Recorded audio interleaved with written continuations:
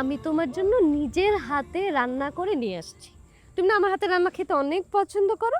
এই যে দেখো তোমার জন্য আমি কত কিছু নিয়ে এসেছি, সবগুলো তোমার খেতে হবে। কি খাবে না? কেন? তুমি না খেলে কিন্তু আমি অনেক রাগ করবো, অনেক রাগ করবো। কি বলেছি বুঝেছো তো? বুঝেছো বুঝেছো? সবগুলো কিন্তু খেতে হবে। কি খাবা না? চলো, ওষুধ খেতে হবে, চলো।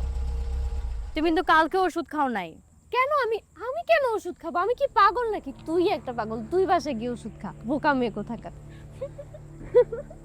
দেখছো কি বলে, দেখছো কি বলে নাওরিন।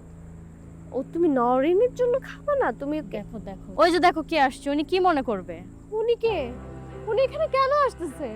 শফিক তোমাকে নিয়ে যেতে আসতেছে? চলো আমরা বাসায় গিয়ে খাবো।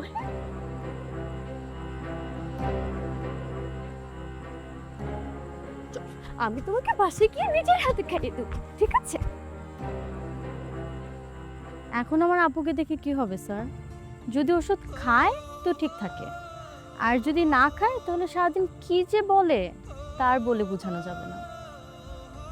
স্যার আমার আপুর জন্য দোয়া করবেন।